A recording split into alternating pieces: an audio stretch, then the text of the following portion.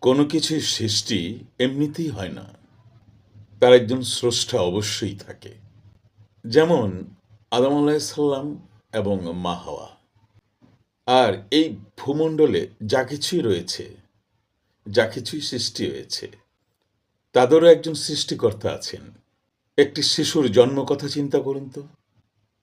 একটি শিশু জন্ম নেয় নিশ্চয়ই তার মা বাবার কল্যাণে, নাকি শুধু বাবার কল্যাণে?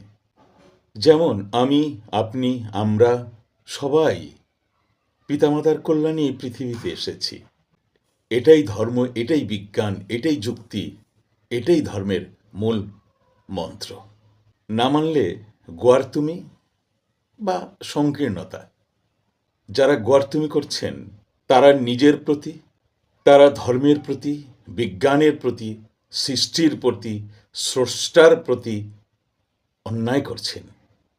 যদি আপনি গোয়ার্তুমি করে আপনার মা আর বাবাকে যদি না মানেন, না সম্মান করেন, তাদের দেখাশোনা যদি না করেন, তাদের প্রতি যদি যত্নশীল না হন, তাহলে আপনার জন্ম পরিচয় আপনাকেই লজ্জা দেবে।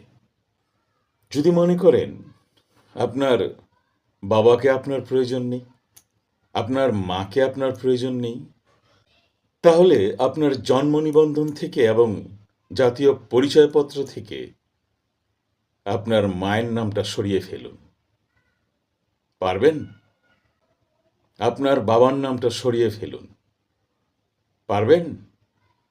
আপনার মায়ের সম্পত্তি থেকে আপনার নিজের নামটা সরিয়ে ফেলুন। আপনার বাবার সম্পত্তি থেকে আপনার নিজের নামটা খারিজ করে দিন, সরিয়ে ফেলুন। পারবেন? মনে রাখবেন, মা হচ্ছে জান্নাত, আর বাবা হচ্ছে সেই জান্নাতের দরজা।